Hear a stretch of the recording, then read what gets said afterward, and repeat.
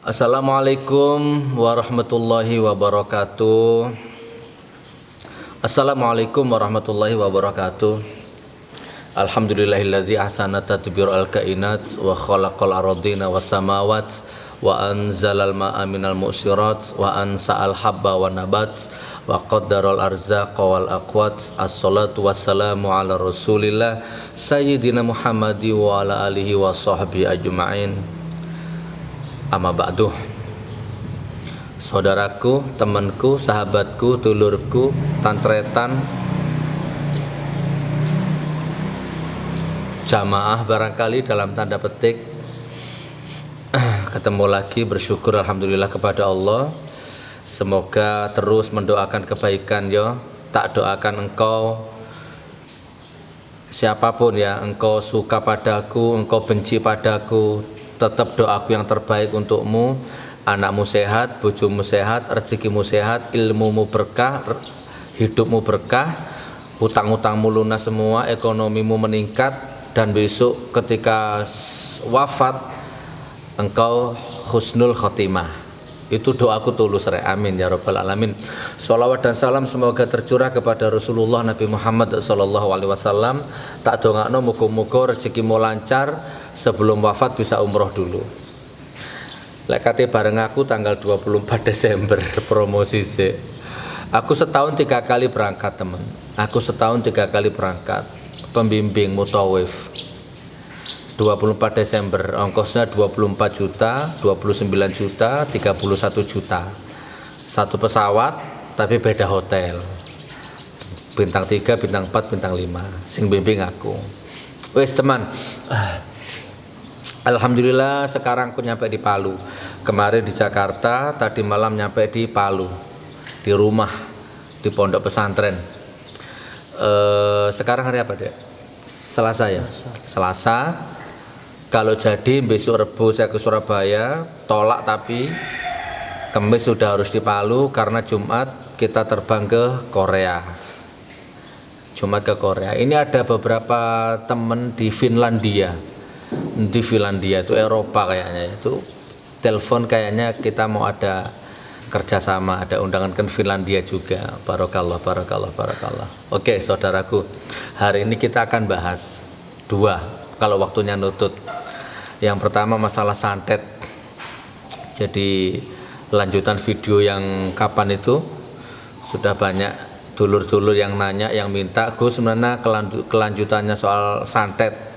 Hakikat santet itu bagaimana, cara mengobatinya bagaimana, cara mencegahnya bagaimana, santet itu apa, sihir itu apa, jaran goyang, pelet, lintri itu apa. Kita bahas kalau waktunya nutut secara bahasa yang sangat sederhana. Nakliyahnya tak baca, disiplin ilmu kejawen, disiplin ilmu spiritualnya tak baca, tak serap, habis itu tak serahkan kepada dirimu dalam bentuk mateng, tak kolaborasi dengan ilmu ijtihad. Akliyah, nakliyah, kauniyah, qauliyah, observasi, pengalaman hidup, pengalaman di lapangan, nemoni wong kena santet, ngobati wong kena santet, gini-gini, ini tak serahkan kepadamu dalam bahasa yang sederhana supaya paham ya. Terus yang kedua, ini admin sibuk ini. Jadi rupanya kemarin yang adminku unggah fotoku sama juru bicara Hizbut Tahrir itu rupanya dijadikan kesempatan oleh beberapa orang. Bahkan mungkin dalam tanda petik jangan-jangan teman kecilku ya, sehingga cuma negatif pikirannya. Jadi intinya admin itu sibuk. Gus, delok niki Gus.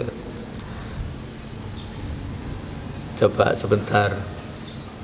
Ada beberapa jamaah yang baik yang nanya klarifikasi, Gus Nur, jenengan diobral aibnya di satu grup. Katanya jenengan ini tukang obat, mantan tukang obat. Terus apa mantan jualan problem catur 3 langkah mati, apalagi banyak ya seperti itu ya. Tak bahas lah insya Allah, gak masalah. Oke, masalah santet 4 menit ya. Santet itu gini, kalau tak ringkes ya, tak global. Santet itu ada, itu kita harus meyakini dulu. Pokoknya apapun, santet, sihir itu kan sebenarnya satu rumpun. Santet, sihir, guna-guna, pelet, jaran goyang, lintrik, apalagi itu jengges, leak,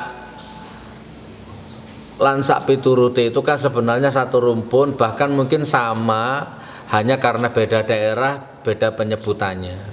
Tapi walaupun ini satu rumpun, lain nama kadang lain juga fungsinya, saudaraku. Ada santet yang khusus untuk membuat orang sakit saja, tidak mati-mati, sakit. Ada santet yang khusus membuat orang langsung geblak, langsung mati, ada. Ada santet yang untuk khusus menghancurkan rumah tangga, ada. Ada santet yang khusus untuk menutup usaha. Jadi ada warung di Bali nih, saya punya temen ini. Warungnya tuh buka terus, nggak pernah tutup 24 jam itu. Cuman 3 hari 3 malam nonstop itu nggak ada satupun orang yang masuk. Nah jadi ketika kulaan ke pasar biasa itu ketemu teman, disapa sama temennya, lu bu, nang di telung dino kok tutup warungnya itu, kemana 3 hari kok tutup warungnya, kok nggak buka itu. Jadi ibu itu mendapat omongan dari temannya di pasar tuh langsung lunglai, percaya nggak percaya lah, warungnya nggak pernah tutup kok, 3 hari itu katanya tutup katanya. Nah, itu ada yang seperti itu ya. Ada juga yang langsung dihantamkan ke masakan. Jadi nasi sayur itu jam 6 pagi mateng, jam 7 nggak bisa dijual, keluar ulat, keluar lendir gitu. Ya, ada lagi yang kepocongan di rumah macam-macam bla bla bla bla. Wes, itu tak ringkes ya intinya. Ke yang pertama itu Anda harus mengimani. Itu diimani dulu. Santet, sihir itu ada, ilmu hitam lah intinya. Itu ada. Satu bab ya, yakini dulu, cek. Oh ya. Karena kalau nggak percaya sihir, nggak percaya santet itu juga kurang bijaksana. Ilmu itu ada, ilmu hitam itu ada. Satu ya, selesai ya. Nah sekarang yang kedua, walaupun santet ada, walaupun ilmu hitam ada, walaupun itu semuanya nyata, ada orang yang punya ilmu seperti itu. Yang kedua ini, kalau bisa Anda nggak usah mempercayainya, mengimani tapi nggak usah mempercayainya dalam arti wilayah dimensi sugesti. Dablek ngono lho rek. Ya aku percaya santet iku ono, tapi wis lah iku dudu takdirku iku. Sing penting aku kerja, ibadah. Ya apa carane anak bojoku enggak keluwen, anak istriku enggak kelaparan, sudah, enggak mikir santet lah, itu bukan duniaku. Nah, kalau Anda punya sugesti ndablek seperti itu, insya Allah Anda aman kok dari santet kok. Gitu ya, dablek dulu yang pertama, sugesti, mokong lek jare wong Jawa, nggak percaya ngono-ngono. Oke. Nah, sekarang yang ketiga nih. Itu di surat Al-Baqarah ayat 102. Coba nanti dibaca. Harut dan Marut. Ya. Yang pertama kali nurunkan ilmu sihir, membawa sihir dan sebagainya itu Harut dan Marut. Di situ terjadi khilaf. Ada yang bilang ulama, ada yang bilang malaikat, ada yang bilang jin, khilaf. Oke. Nah, santet ini, ilmu hitam ini terbagi dua, saudaraku.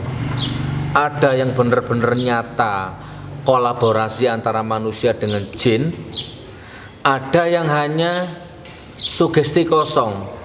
Berapa menit, Dek? Ya, jadi sugesti kosong. Nah, yang santet yang benar-benar nyata ini betul-betul dikerjakan oleh orang yang dia murtad. Karena untuk bisa untuk mempunyai ilmu santet ya, bisa punya ilmu hitam, dia harus lepas dulu imannya. Kalau orang beriman nggak punya ilmu hitam, terus gini, tak kasih gambaran sederhana.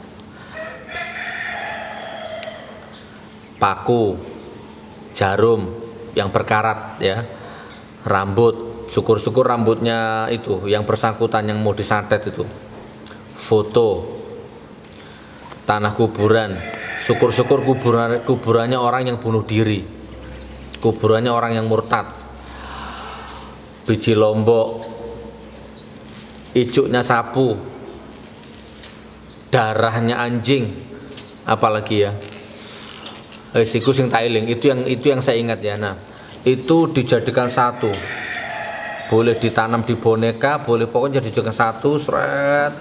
Nah, dibungkus dengan kain kafan. Sihir ini yang pernah dihantamkan kepada Rasulullah, kepada Nabi Muhammad SAW. Motifnya seperti ini. Nah, ketika dia memproses itu, dia sudah dalam kondisi batal, imannya batal, akidahnya batal. Dia berzinah dulu 7 hari 7 malam seumpama ini, nggak mandi junub, berzinah. Bahkan mungkin dia buang air besar, terus ceboknya itu pakai Al-Quran. Sampai segitunya tingkatnya itu. Duduknya itu waktu dia BAB itu nginjak Al-Quran. Pokoknya dia harus murtad. Semakin hebat murtadnya, semakin hebat iblisnya, jinnya. Oke ya, terus kemudian barang-barang tadi itu dibungkus dengan kain kafan. Kain kafan diikat sambil penuh dengan sugesti-sugesti jahat. Jadi embusan nafasnya, pikirannya, batinnya itu fokus menghantam ke orang yang dituju.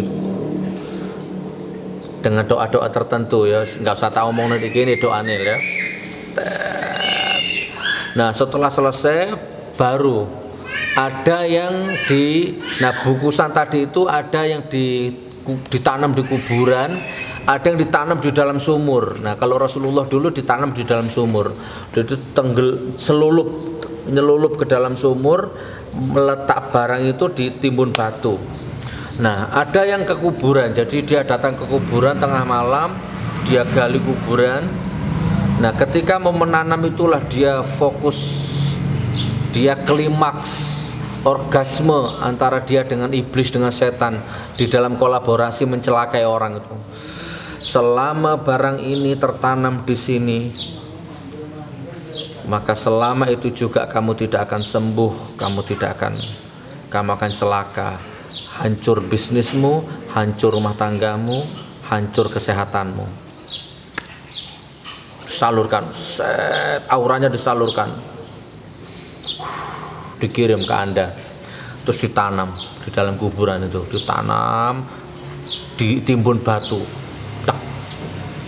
Ini kalau tak jelentrehno masih detail ini saudaraku. Nah, ini sihir yang nyata. Nah, orang yang kena sihir seperti ini dalam tanda petik ya agak susah sembuhnya kalau enggak betul-betul ketemu sumbernya itu. Kalau enggak betul-betul dipotong sumbernya itu. Nah, ada seperti ini, kolaborasi antara manusia dengan iblis, dengan jin untuk mencelakai Anda. Yang kedua, saudaraku, ada sihir yang sugesti kosong. Nah, ini 90% ini yang dialami masyarakat Indonesia. Nggak kena sihir, tapi sugesti pikirannya mengatakan kena sihir. Nggak kena sihir, tapi ditebak sama orang pintar, dalam tanda petik bisa kiai, bisa ustadz, bisa dukun, bisa paranormal, tergantung macai wis ditebak. Waduh. Misalkan warung sepi, misalkan terus datang ke orang pinter, datang ke kiai, kan sudah lazim toh minta pelaris, terus ditebak. Waduh, Nduk, warungmu ono sing nutup iki, warungmu ada yang nutup ini. Wah, kan sudah tertanam itu sugesti negatif itu, padahal nggak ada. Nah, ini yang susah sembuhnya. Sugesti yang seperti ini susah sembuhnya. 90% ini yang dialami masyarakat Indonesia. Nah, gitu ya saudaraku ya. Masya Allah, waktunya terus ini berjalan ini ya. Jadi menurutku imani, tapi nggak usah percaya lah. Karena ada orang itu sukses, bahagia, lahir batin, karena dia nggak ngurusi santet, nggak ngurusi sihir, nggak ngurusi apa-apa loh. Sementara ada orang yang nggak sukses tapi bingung, pola pikirnya sudah salah, dari sifat dasarnya sudah salah. Pokoknya apapun musibah yang menimpa dirinya, dia selalu langkah pertama dia selalu langsung nyalahno wong. Jangkrik daganganku sepi rek. Mulai ono warung di sebelah iku lho, malih omsetku mudhun, jangkrik kalah dukun aku. Itu sudah kembangkan sudah. Itu rata-rata begitu saudaraku. Pokoknya sakit nggak sembuh-sembuh, mas, duh wis disantet wong aku gitu. Sudah sifat dasarnya yang salah. Nah kalau Anda berpikir seperti ini ya sudah, hidupmu hancur. Nah yang terakhir saudaraku, masalah sihir ini yang terakhir. Sampai di sini tolong dikembangkan ya dulur ya, dikembangkan ya, dikembangkan. Oh begini, maksudnya begini, balaghahnya begini, mateknya begini, oh begini. Fil amrnya begini, fil madinya begini, fil mudhoreknya begini, kembang norek ya. Nah sekarang yang terakhir ini, bab sihir ini yang terakhir. Sihir itu, ini ijazah tak turunkan kepadamu. Sihir itu tidak masuk kepada orang yang sholat 5 waktunya terjaga. Bukan yang banyak sikapnya, bukan yang banyak jimatnya, bukan yang banyak kerisnya, bukan yang banyak minyaknya, bukan yang banyak dukunnya, bukan yang banyak kiainya. Tapi orang yang sholat 5 waktunya terjaga. Apalagi sholatnya di masjid. Ini hukum syariatnya begini, nakliyahnya begini. Kalau Anda memahami dengan manajemen konflik, Anda berpikir bantah, Rasulullah itu ahli sholat kok masih kena sihir.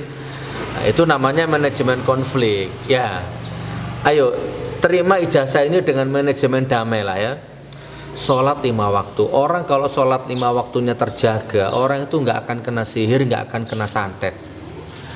Berarti kalau Anda kena sihir, Anda kena santet, berarti bisa dipastikan sholatmu bagaimana. Ayo, siapa yang kena santet ini? Yang kena santet beneran atau yang nggak kena santet tapi sugestinya kena santet? Sudah, nggak usah mikir wong liya rek. Pikiran awakmu, iya ya jangan-jangan sholatku iki sing bolong-bolong ini. Jangan-jangan sholat itu wajib loh. Wajib jib siapa nonggalkan sholat dosa besar dosanya, bahkan nggak ada ampunannya. Lah Anda ninggalkan sholat loh, bisa jadi itu penyakitmu itu azab, bisa jadi omset turunmu itu musibah, itu ujian azab karena dosamu meninggalkan sholat. Lah kok kamu sibuk menyalahkan orang tuh loh. Kalau prinsipku begitu teman, nggak masalah mau satu desa punya santet semua, nggak masalah kan. Memang harus ada orang yang punya ilmu santet, memang harus ada bajingan tengik, memang harus ada kerembun curug, memang harus ada jancuk jaran, memang harus ada manusia-manusia dobol kan, memang harus ada. Memang harus ada manusia yang bajingan tengik sundel kan, memang harus ada. Manusia yang punya ilmu santet bejat kan memang harus ada. Nggak masalah, biarkan. Kalau nggak ada itu kan nggak berputar dunia, nggak ada hukum berarti, nggak ada surga neraka berarti. Nah berarti nggak ada kitab, nggak ada kiai, nggak ada ustadz, nggak ada polisi, nggak ada hukum, nggak ada hak, nggak ada batil kan ngono rek. Nah kalau mau dihindarkan dari santet turunanmu, dirimu, baik santet rumah tangga, santet usaha, santet apapun, sholatmu dijaga ya, 5 waktu itu. Demi Allah, demi Rasulullah.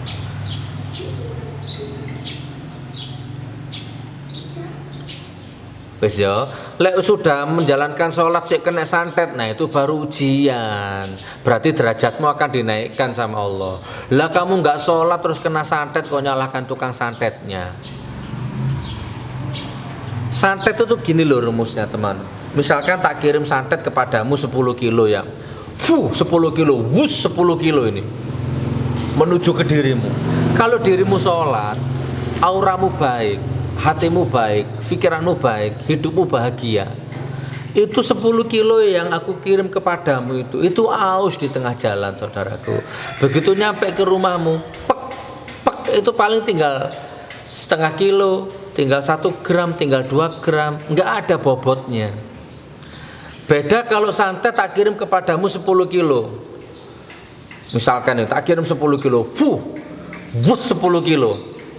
Nah dirimu mokong, mutungan, ngamuan, metotokan, dobol awakmu ya, sholat gak pernah, pikiranmu kotor, hatimu kotor, rumah tanggamu berantakan, sumpek hatimu, keruh jiwamu, sholat gak tahu, utang akeh, rentenir sak tumpuk-tumpuk. Misalkan ini usul, Wes gak karu-karuan, di dalam rumahmu ndak ada yang baca Quran, bojomu kempros, awakmu kempros, anakmu kempros, bab wudu nggak paham. Misalkan ini. Nah, terus ada santet 10 kilo mengarah padamu, set. Maka aura kotormu itu akan menyerap santet yang 10 kilo tadi itu dengan cepat, set.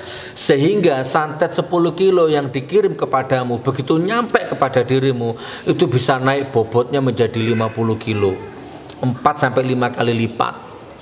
Peng. Dirimu yang nyerap aura santet itu. Wes, biar gak lama-lama, itu sudah mulai kedip-kedip. Orang yang sholat tidak akan kena santet. Yang kedua, orang yang rumah tangganya sakinah mawaddah warahmah itu gak bisa kena santet. Berarti kalau kamu kena santet, berarti rumah tanggamu deloken rek, ngoco bojomu ya apa, akhlake bojomu ya apa, raimu ya apa, ngono blokosuta ya teman ya. Dapuranmu ya apa, ojo-ojo bojomu gak sembahyang, gak sholat, ojo-ojo bojomu menghibah tok penggaweane, ojo-ojo bojomu kempro sedina adus pisan, ojo-ojo bojomu curang kepadamu di belakangmu, jangan-jangan raimu dewi sebagai laki-laki juga blagedes kan ngono toh. Kena santet, rumah tanggamu gak beres, santet masuk. Yang ketiga, orang yang tidak bisa disantet adalah orang yang humoris, nyantai bro, pelawak, selalu happy pikirannya, selalu seneng, selalu bahagia. Ala inna auliya Allah la khaufun alaihim walahum yahzanun.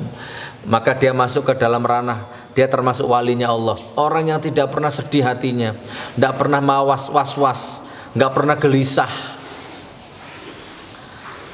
Berarti kalau kamu kena santet, berarti manajemen pikiranmu, manajemen kolbumu yang absurd, sumpek, sumpek, gampang stres, gampang kaget, lecek lek jare wong Jawa. Takut apa meneh. Is ngono lah ya, pokoke wedian. Panik. Terutama keruh tadi itu, terutama keruh. Serius tok hidup nggak ada humornya, kebanyakan masalah.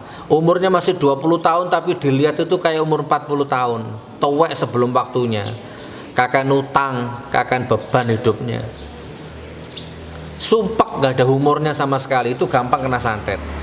Jadi kalau anda kepingin jauh dari santet, tidak ada rumus santet dalam dirimu, jadilah orang yang bahagia. Ala inna auliya Allah la khaufun alaihim walahum yahzanun. Jadi orang yang tidak pernah sedih hatinya, tidak pernah gelisah, selalu beriman bertakwa kepada Allah.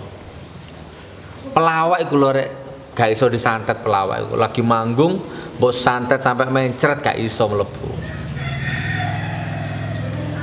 Terus yang keempat apa ya?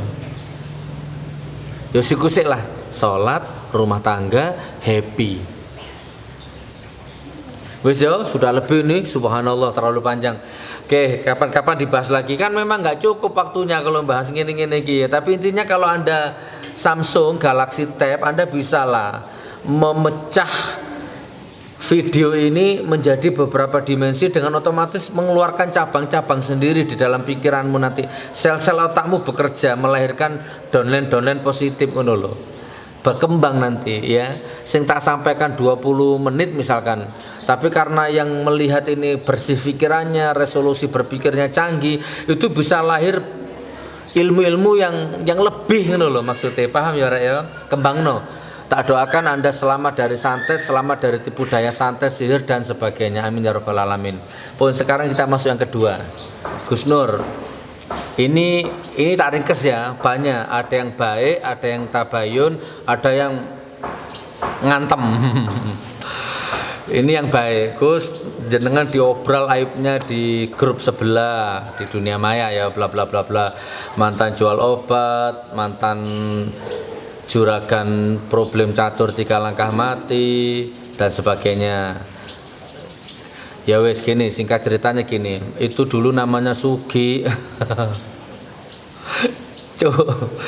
Sapa kon rek? Kon gak iso rek, kon jatuhno aku iku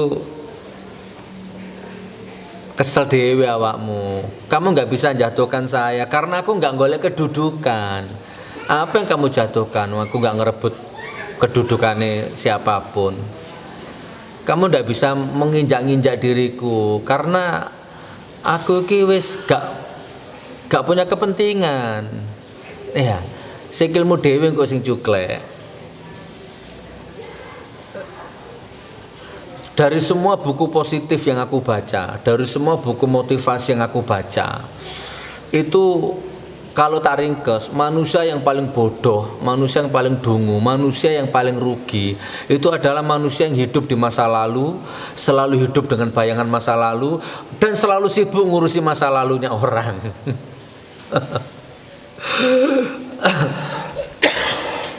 Anton Medan mantan pembunuh.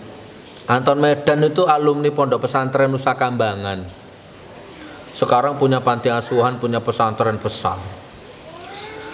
Nusa Kambangan tak anggap pondok pesantren karena di dalam penjara itu juga ada ilmu hidup di situ. Ada ilmu makrifat, ada ilmu hakikat di situ. Bukan bundel pikiranmu awakmu ya ro iku. Gus wis ngene wis tak bloko suto ya. Gus Nur bener mantan jualan problem catur 3 langkah mati. Bukan mantan rek, sampai sekarang aku masih hobi catur. Sampai sekarang saya masih pinter itu problem catur 3 langkah mati itu. Ayo kate lapo kon. Mau apa? Gara-gara foto sama juru bicara Hizbut Tahrir, wah dijadikan senjata seolah-olah anteknya Hizbut Tahrir. Gak paten rek, gak ngefek rek.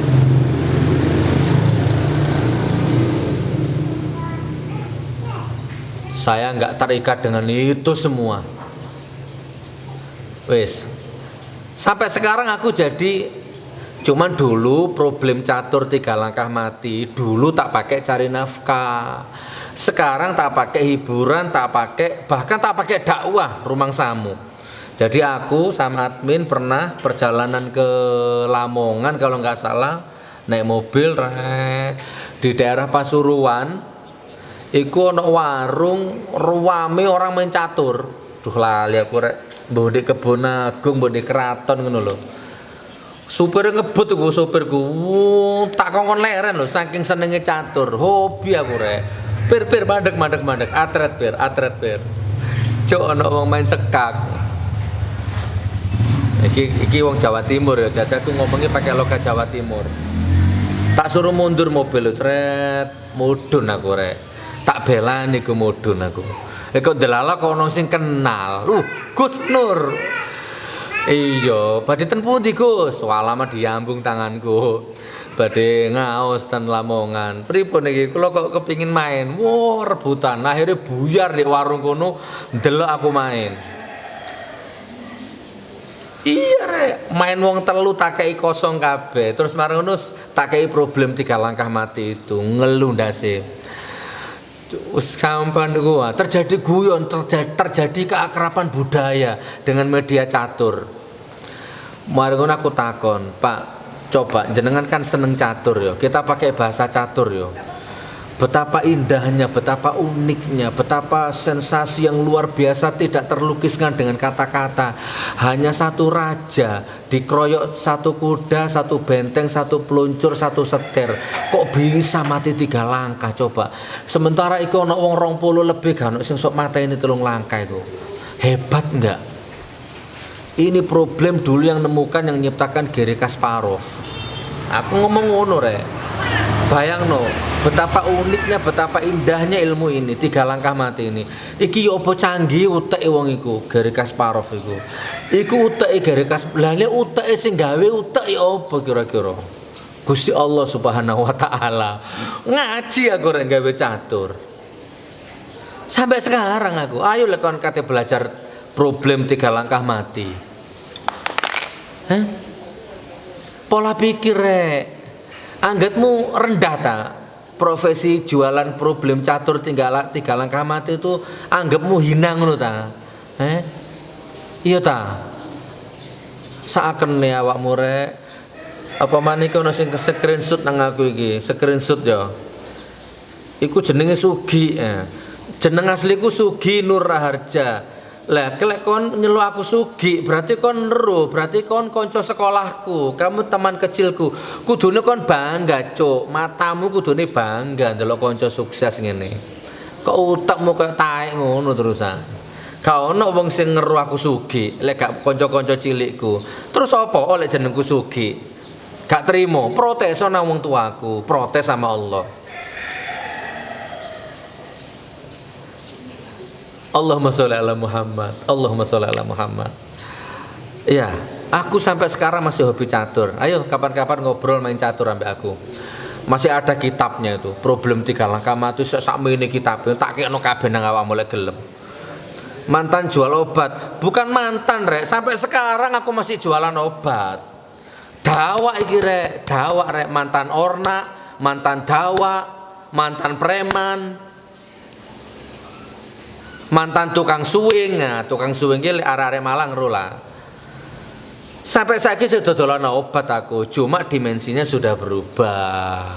Dulu jualan obat, ambek nyuwing-nyuwing ngaspo-ngaspo ngono. Nah saiki jualan herbal, resmi, ada badan hukumnya, ada kode produksinya, resmi, elegan saiki rek, gak nyuwing-nyuwing, gak ngaspo-ngaspo saiki. Hei wong Malang, Surabaya Bangil. Apa oleh mantan jual obat? Apa coba? Terus kamu pikir aku rendah karena aku mantan jual obat ngono?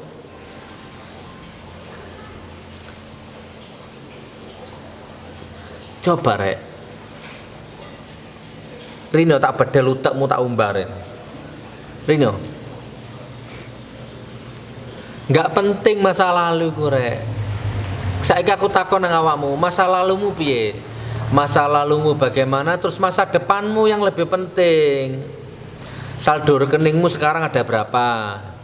Kan standar kesehatan WHO dan standar kesehatan menurut Rasulullah itu kan sehat jasmani, sehat rohani, sehat ekonomi, sehat waktu. 4. Kalau 4 ini masih cacat, belum sehat berarti. Sehat ekonomi gak kurang duit ya. Sehat jasmani, salate ya. Sehat gak duwe jasmani, gak duwe kencing manis, kolesterol, asam urat ya. Terus rohani, imane ya lumayan lah, sholat gak bolong-bolong. Terus sehat waktu, banyak waktu untuk keluarga. Ya apa rek? Masa lalumu gimana? Masa depanmu gimana? Lah aku bangun pesantren loh, 3 lantai. Berapa sekarang santrinya? Enggak sampai katanya, kemarin Ustadz lapor 125 ternyata ya. Aku bangun pesantren, santrinya 100 lebih, 100 ke atas, gratis semua. Aku yang biayai dengan izin Allah. Ustadznya 5 pengajarnya, tak gaji kabeh, mahal gajinya.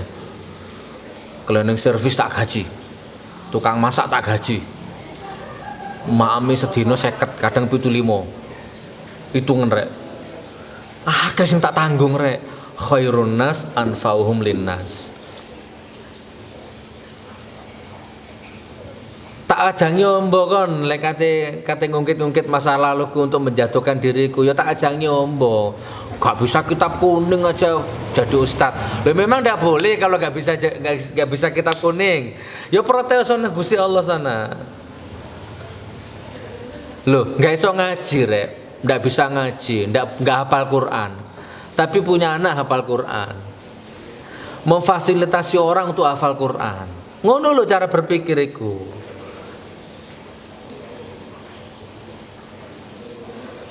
Malaysia, dakwah di Malaysia biaya sendiri, nggak ngerepoti wong, nggak narget, nggak ngarcis, 8 bulan di Malaysia. Assalamualaikum Malaysia, Johor, Muar, Pucung, ya Kuala Lumpur, 6 bulan lah di sana. Kiri rek di kono rek mendalami dakwah, ngancani TKW sing kosongan niku. Bisnis scaling, multi level, tak biaya dhewe, motivasi wong sak Malaysia. nulis buku. Gak apa-apa rek iso nulis buku. Kancamu iki iso nulis buku rek. Bukunya wis beredar di toko-toko buku, 9 judul buku. Lho rek, nulis buku itu ternyata ada dunianya sendiri rek. Untuk bisa masuk ke Gramedia itu nggak gampang. Gramedia punya standar sendiri. Buku itu harus dikasih pengantar minimal-minimal oleh orang prof atau tokoh. Masuk ke Gramedia tembus. Bikin lagu, goblok ini bikin lagu sudah 1 album. Lek tak turuti rek bakat nyanyiku iki lek tak turuti mungkin sudah 3 album saiki iki. Yo sering ditawar produser. Ya wis lah nantilah belum ada waktu. Kegiatan rek, kegiatan pakai yo. Bikin seminar pendalaman sholat khusyuk di berbagai kota. Kalimantan, Surabaya ini gelombang keempat. Pesertai mulai dari tukang becak, petani, sampai pejabat, sampai profesor. Kemarin di Jakarta talk show dengan beberapa profesor doktor ahli kesehatan. Gak oleh semono ngukur manusia itu rek. Gusti Allah lek ngijino opo masih tukang sapu, mantan bajingan, mantan jualan obat, mantan dawak, mantan ornak, mantan tukang kaspo, mantan tukang suwing, mantan tukang copet, mantan jualan problem catur. Apa? Hanya segitukah ilmumu, segitukah imajinasimu, ngukur wong? Lah masa lalumu seperti apa, masa depanmu seperti apa? Kan ngono sing penting. Malaysia atau opo-opo, ya, dengan hal-hal yang positif. Taiwan, alhamdulillah banyak saudara di Taiwan. Ya, nggak ngerepoti orang Taiwan. Masya Allah. Lek bahasa Bloko Suto ini lagi nih sih rek. Lek bahasa Bloko Suto ya sepurane yo gak takabur enggak. Kan model awakmu iki lek gak dikei bahasa Bloko Suto lek gak langsung diculek ngono motomu iku anu. Gak resik atimu. Lho elek ngene masih anggapmu gak ngerti kitab kuning misale. Tutuk Taiwan rek dakwah rek. Ya dibutuhno wong Taiwan. Ini kan nang Korea. Subhanallah, teman-teman Korea barakallah, matur suwun ya. Teman-teman Korea ini menit Jumat iki aku budal. Nyewa stadion di Korea itu dengan kapasitas 30.000 jamaah. Edan. Muga-muga sukses ya. Hong Kong 3 September. Nah, ini muga-muga dongakno ya rek, muga-muga deal ini lagi ngatur jadwal di Finlandia apa Irlandia aku mau, kurang jelas. Eropa. Wis ya, tekan semene wis ya, tutuk ya. Kamu boleh sakit hati sama saya mungkin karena saya ngeritik si A, ngeritik si B, ngeritik si C. Boleh. Tapi sangat rendah nilai dirimu terus tiba-tiba kamu masa lalu yang kamu ungkit-ungkit itu seakan aku malah ambek awakmu rek. Gak respect, gak level berarti aku nglayani awakmu berarti. Ke depan ngono lho, masa depan ngono lho. Tadi aku ditunjukkan 1 foto ke admin, ini orangnya B. Ya Allah, gak tega ndelok rek. Raimu kuyus-kuyus, ireng. Iki bahasa seduluran yo, ngerti yo. Saya bukan Hizbut Tahrir. Saya bukan FPI. Saya bukan politikus praktis. Saya bukan siapa-siapa. Yo duduk kiai, yo duduk ustad. Pokoknya aku manut karo Gusti Allah didadekno apa. Iki duduk Gus. Lho sing yo busekan lek kon iso gantiin gak usah diceluk Gus. Kamu harus bolak-balik tak omongno iki sudah sering saya katakan sampai dobol cangkemku. Aku gak paten rek. Sudah sampai di satu titik gak butuh apa-apa, gelar titel. Loh, akses untuk menuju gelar aku punya rek. Akses lewat buri terbuka dalam kondisiku seperti ini saiki lho. Katanya golek gelar apa? Kayaknya bisa aku. Wis gak butuh rek. Wis biarlah dadi ngene iki wis, penting bermanfaat untuk orang lain. Ya wis tak tutup video nih, tapi intinya kurang lebih ini semuanya terjadi karena sunatullah. Ya gak apa-apa lah, tak maafkan dirimu, tak sepuro dirimu, tak anggap dulur dirimu, tetap tak rangkul dirimu, nggak masalah. Suatu-waktu kalau engkau siapa tahu jenenge wolak-waliknya zaman ya, roda berputar. Kamu sekarang benci saya, suudon sama saya. Siapa tahu besok tiba-tiba kamu jatuh, kesasar di Palu atau kesasar di Jakarta, kamu kelaparan di mana-mana, ketemu aku yo. Jangan-jangan aku yang nolong kok ya. Ya, monggo dulur-dulur siapapun yang tahu masa kecilku, tahu masa laluku, silahkan. Ini loh, aku sudah punya pesantren, main-main ke Palu dari bandara 5 menit perjalanan, tak belikan tiketnya nanti, tak jemput pakai mobil, bukan mobil sewaan, mobil dewe, tak jemput, tak traktir di sini, makan di sini, ngaji di sini, sampai hafal Quran gak usah bayar, gratis di sini. Butuh penggawean, nah, aku banyak relasi, banyak link akses, banyak. Kalau butuh penggawean, minta kerjaan apa kamu? Mau jadi adminku boleh, mau jadi adminku boleh. Aku sih butuh admin kurang 5 iki adminku iki. Masya Allah. Sugi Nur Raharja, lahir di Bantul tanggal 11 Februari tahun 1974.